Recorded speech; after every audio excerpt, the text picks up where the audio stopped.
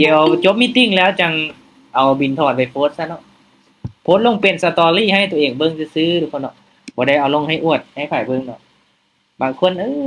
บางเทื่อก็เป็นแรงบันดาลใจได้เนาะโอ้อาจารย์เฮ็ดได้เนาะอาจารย์ปฏิบัติแบบนี้ก็น้องก็พอเป็นแนวทางหั้นนะอาจารย์พดเพื่อนเปลี่ยนกำลังใจให้ตัวเองซื่ออ๋อโอเคแม่นโอเคเดี๋ยวทุกคนเนาะมาเดี๋ยวเราจะมาเรียนกันเลยเนาะ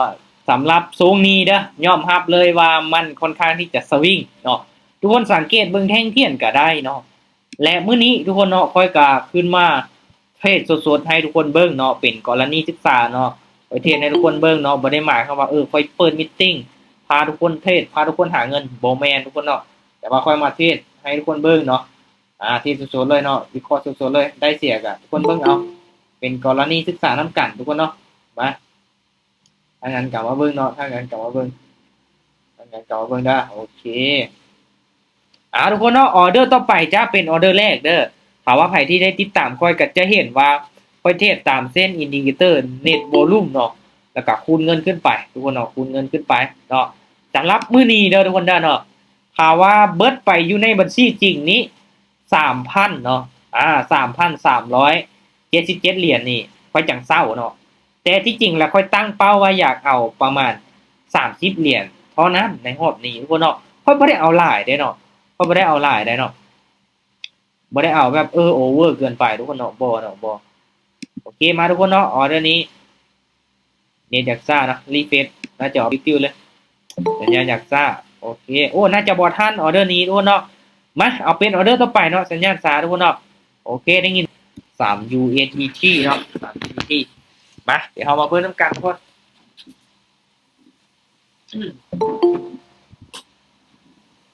กะค่อนข้างที่จะฮ้อนทุกคนเนาะโอเคมาจับไปทุกคนจับไปโอเคมาโอ้แสดงว่าได้ผลอยู่เนาะตามที่สังเกตเบิ่งเนาะหนึ่งเลยเนาะมันเป็นแท่งเทียนสลับเนาะมันเป็นไซด์เวย์เนาะแต่บ่ฮู้ว่าสูงที่เฮาเข้าออเดอร์ไปนี้มันจะยังไซด์เวย์อีกบ่เนาะสำหรับตรงนี้ทุกคนเนาะโอเคมาเป็นจังไดแม่นเริ่มเลยเนาะเริ่มเข้าออเดอร์เลยทุกคนเนาะเริ่มเข้าออเดอร์เลยโอเคออเดอร์นี้ทุกคนเนาะมาสังเกตเบิ่งเน็ตวอลลุ่มเด้อเส้นมันงอขึ้นน้อยนึงทุกคนเนาะขายเด้อออเดอร์นี้ขายเนาะขาย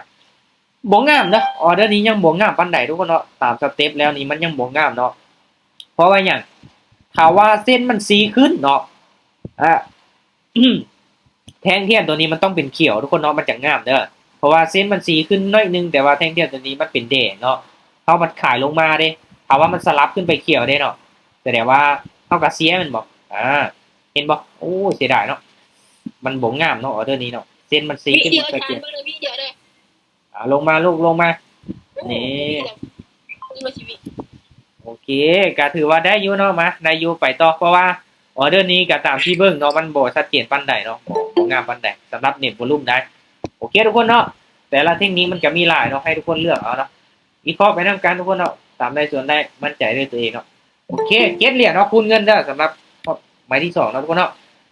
สังเกตเบิ่งเนาะเน็ตวอลลุ่มสีขึ้นเนาะออเดอร์นี้มาขายเลยขายลงมาทุกคนเนาะขายลงมาเลยเนาะมาลุ้นเบิ่งนำกันทุกคนเนาะทรงนี้เนาะถ้าว่ามันเป็นทรงไซด์เวย์เนาะมันสลับเขียวแดงเขียวแดงเขียวแดงจังซี่นี่ได้ผลทุกคนเนาะเชื่อมันว่าได้ผลเนาะแต่ว่าทรงที่มันเป็นเฟรนเนาะมันอาจจะมีพลาดแน่เนาะเฮาก็ต้องได้เดินเงินให้เป็นระเบียบเนาะต้องได้คูณเงินขึ้นไปนำเนาะต้องได้คูณเงินขึ้นไปนำ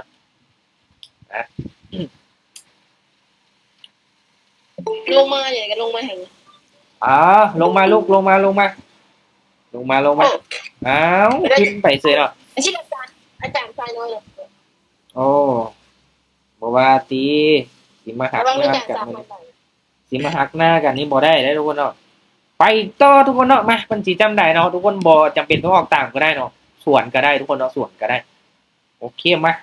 ออเดอร์นี้เนาะ15เหรียญทุกคนเนาะ15เหรียญแล้วโอเคออเดอร์นี้ขึ้นมาสู่มินิขายเลยขายเน็ตวอลลุ่มก็บ่ชัดเจนทุกคนเนาะขายออเดอร์นี้มันต้องพักตัวลงมาแดงให้เฮาแล้วเนาะมันต้องพักตัวแดงละมาลุ้นไปนำกันทุกคนเนาะมันเป็นแท่งเทียนที่บ่งามทุกคนเนาะมันสวิงแฮงป๊อด ปิดมีตติ้งสิบ่นี่เศร้าเทศสิบ่ทุกคนเนาะ โอเคไปต่อทุกคนเนาะเบิ่งเอาเป็นกรณีศึกษาเด้อทุกคนเด้อเบิ่งเอาเป็นกรณีศึกษาเนาะโอเค นี่ไว้ทำนี่ไว้ทำ โอ้ลงมายาวจังซี่มันก็ต้องวิ่นล่ะเนาะ โอ้ยอย่าประมาทอาจารย์ อย่าประมาทนะ เรื่องเจ็บรายละเอียดอาจารย์ทรายน้อยไงเจ็บลงมายาวเลย โอ้สุดยอดมาโอเคปรับเงินไปต่อเนาะพยายามเดินเงินให้เป็นระเบียบทุกคนเนาะเดินเงินให้เป็นระเบียบโอเค3 เหรียญทุกคนเนาะ3 เหรียญนะโอเคมาจัดไปทุกคนเนาะออเดอร์นี้เอาสังเกตเบิ่งเด้อเน็ตวอลุ่มสีขึ้นทุกคนเนาะขายเลยออเดอร์นี้ขายเลยขายเลยเนาะตรงนี้ทุกคนเนาะถามว่าใครยังบ่ฮู้วิธีเติมวิธีถอนนี่หยังก็คอยได้เฮ็ดคลิปอัปเดตใหม่เบิดล่ะเนาะจะใช้เวลา 2-3 มื้อในการเฮ็ดคลิปอัปเดตลงไปเนาะ เพราะว่าพิษเด็กน้อยอาจารย์ขึ้นไปต่ำแนวตอน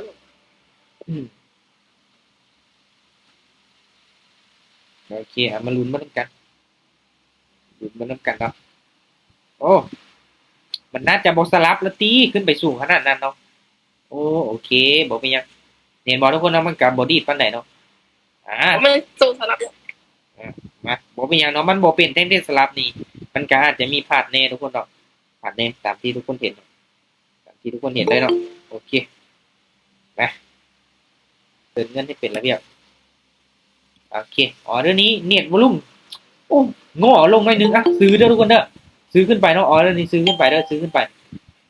เส้นมันสีลงมาอยู่ทุกคนเนาะแต่ว่ามันสีลงมาแบบต่ำทุกคนเนาะโบงามเลยเรื่องนี้แต่ว่าเท่ากับตามไปมันลุ้นมาทำการเรื่องนี้มีความเสี่ยงอยู่เนาะเรื่องนี้มีความเสี่ยงอยู่ขึ้นไปยาวๆถามว่าเป็นเทรนเนี่ยเป็นสีพักตัวแล้วทุกคนเนาะเป็นสีพักตัว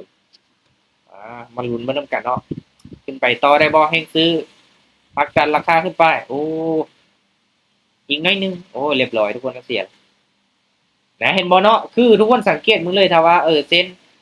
เน็ตวอลุ่มมันเป็นลักษณะแบบนี้เนาะลักษณะแบบนี้ก็มีโอกาสที่จะพลาดมีโอกาสที่จะพลาดอยู่เนาะนะ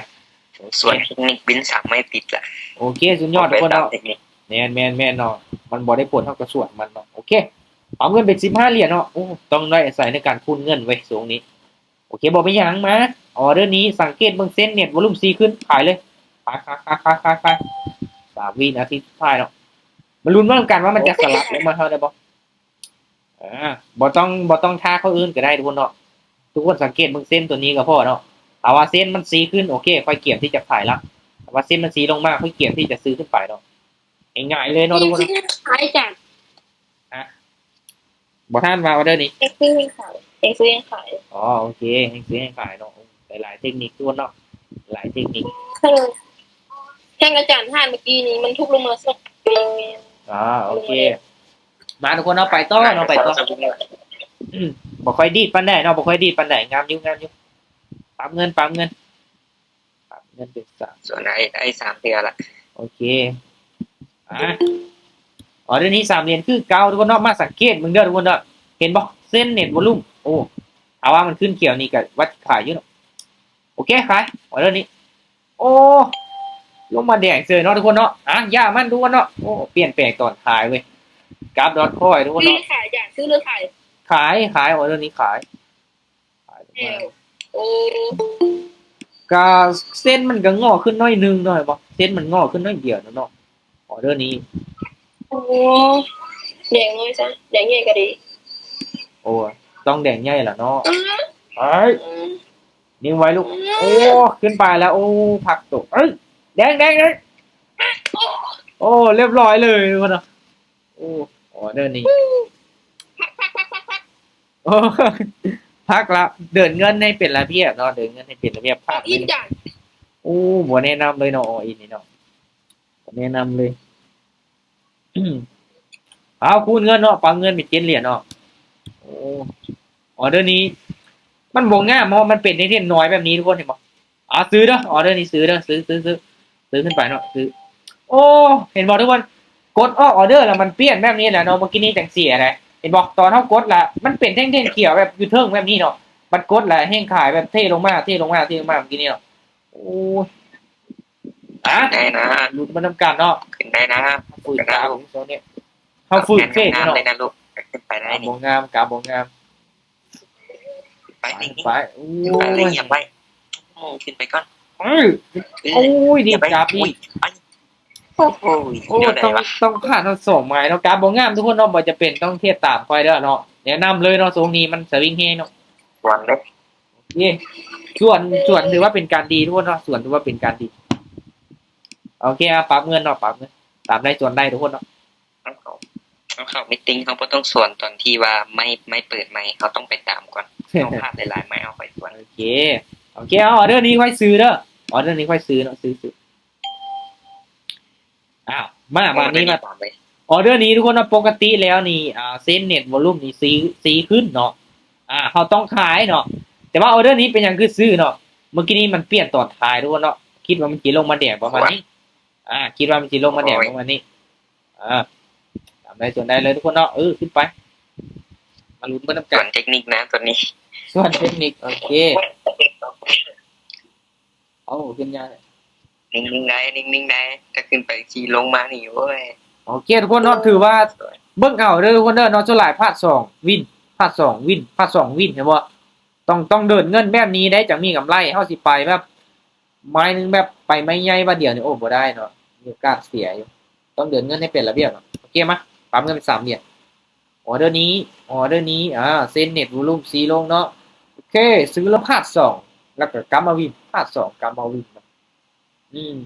ป้าตัวลงมาแดกยาวแถวเดิน ถ้าแบบพวกคุณเงินนี่ก็คือบ่มีกำไรเล นะ ย จ๊ะตื่นที่เช้าเรียนนะ ใจเย็นๆเนาะช่วงนี้มันค่อนข้างที่จะสวิง ร้านมันเป็นสลับคู่แหละ มีโอกาสเป็นไปได้เนาะเป็นคู่อยู่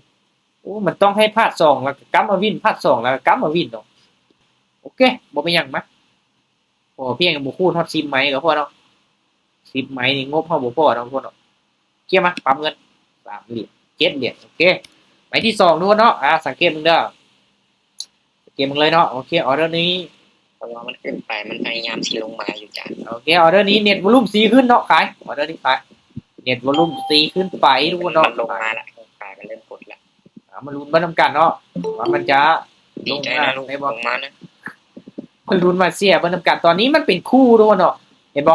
เขียวมา2แล้วก็แดง2บอกว่าออเดอร์นี้สิขึ้นเขียว2อีกโอ้เรียบร้อยยาวเสร็จแล้วโอ้บ่เนาะ บีบลงนะขึ้นไปที่อย่างบอกโอ้ไม่ เดี๋ยว บ่ เบิ่ง มัน บิ ขึ้ ต น คอยน์บ้างบิตคอยน์ มันนี่สวัสดิ์เนี่ยว่ะ โอ้บิตคอยน์ขึ้นฮอด90,000แล้วเนาะ ที่สี่ นี่ก็ถอนออกไปแล้วก็ไปซื้อบิตคอยน์ทุกคนเนาะ ปุ๊บลงหนึ่งดิ โอเคปั๊มเงินด้วยเนาะไม้ที่3มีอะไรเนาะไม้ที่3มีอะไรเพราะเองก็ที่ว่าถอนออกไปเนาะแล้วก็ไปแลกเปลี่ยนเขาเจ้าแล้วก็ซื้อบิตคอยน์เนาะมาโอเคออเดอร์นี้เนาะเซ็นเน็ตวอลุ่มซีลงเนาะซื้อเลยซื้อไปซื้อเลยทุกคนเนาะตามเทคนิคไปก่อนเนาะตามเทคนิคไปก่อนมาเบิ่งว่ามันจะพลาดจังไหนเนาะตามที่ผ่านมากับพลาด2กัมมาวินเนาะพลาด2กัมมาวินพลาด2กัมมาวินอยู่เนาะเห็นบ่มันบ่วินแบบไม้นี้แบบติดๆกันเลยเนาะ ขึ้นไปก่อนบ่ได้ว่ะ โอ้เดินนี้ขึ้นไปที่ลูกเก็บไส้ก่อนแม่ยาวนิ่งไว้ยาวลูกโอเคลุ้นมาทำการคนเนาะออเดอร์นี้ยาวลูกนิ่งไว้ปัดถูกกับเขา เป็นจังเด็ก วิเดียว เป็นประเทศไว้ทุกคนเนาะส่วนเนี่ยทุกคนเนาะอย่ามีกำไรให้ส่วนไว้เนาะอย่ามีกำไรให้ส่วนเนาะ เป็น ส่วนที่มีพิเตอร์ในบัตร โอเคมา ลงไป100 เหรียญจ้ะ โอ้พอเก็บเอาตาช่วงนี้บ่งามเนาะถ้าเทียนฮอบเด็กซะเนาะโอเค30เหรียญเนาะ30เหรียญออเดอร์นี้เซ็นเน็ตวอลุ่มซีขึ้นเนาะขายเลยออเดอร์นี้ขายเลยขายลงมา ผ่านละจ้ะ บ่ต้องตามก็ได้เนาะส่วนมีโอกาสวินล่ะเบิ่งไงเบิ่งอัตราการชนะของค่อยน่ะมันน้อยทุกคนเนาะอัตราการชนะน้อยเดียวเนาะโอ้อัตราการชนะ28ทุกคนเนาะกำไรทุกคนเนาะกำไร37เนาะ โอ้เด็กอาจารย์ก็น้อยพูดน้อยเดือน แม่เนาะ ถ้าบ่มีที่พูดเลย ใส่คูณเงินหน่อยอย่างเดียว ของเฮาก็ประมาณ60 70เอาตลับนึง ปิดไหมเนี่ยเนาะมีเสียงรบกวนเนาะมีเสียงรบกวนโอเคเอ้าเสียซ้ำว่ะโอ้ทุกคนเนาะพลาดไมค์ที่4แล้วเด้อทุกคนเด้อพลาดไมค์ที่4แล้วเด้อ มันบ่เข้าตามสูตรเฮาแล้วเด้อบาดนี้เด้อโอเคมาถ้างานนี้ค่อยจะคูณเงินเด้อเป็นกรณีศึกษาเนาะแต่ว่าไผที่มีงบบ่ซ้ำค่อยนี่บ่แนะนำให้เทียบตามค่อยเนาะอันตรายทุกคนเนาะอันตรายเลยแหละโอเคมาออเดอร์นี้โอเคซื้อเลยออเดอร์นี้ซื้อเลยเนาะซื้อเลย ขายซ้ำอะไรนี่ โอเคมาลุ้นมาทำกันทุกคนเนาะ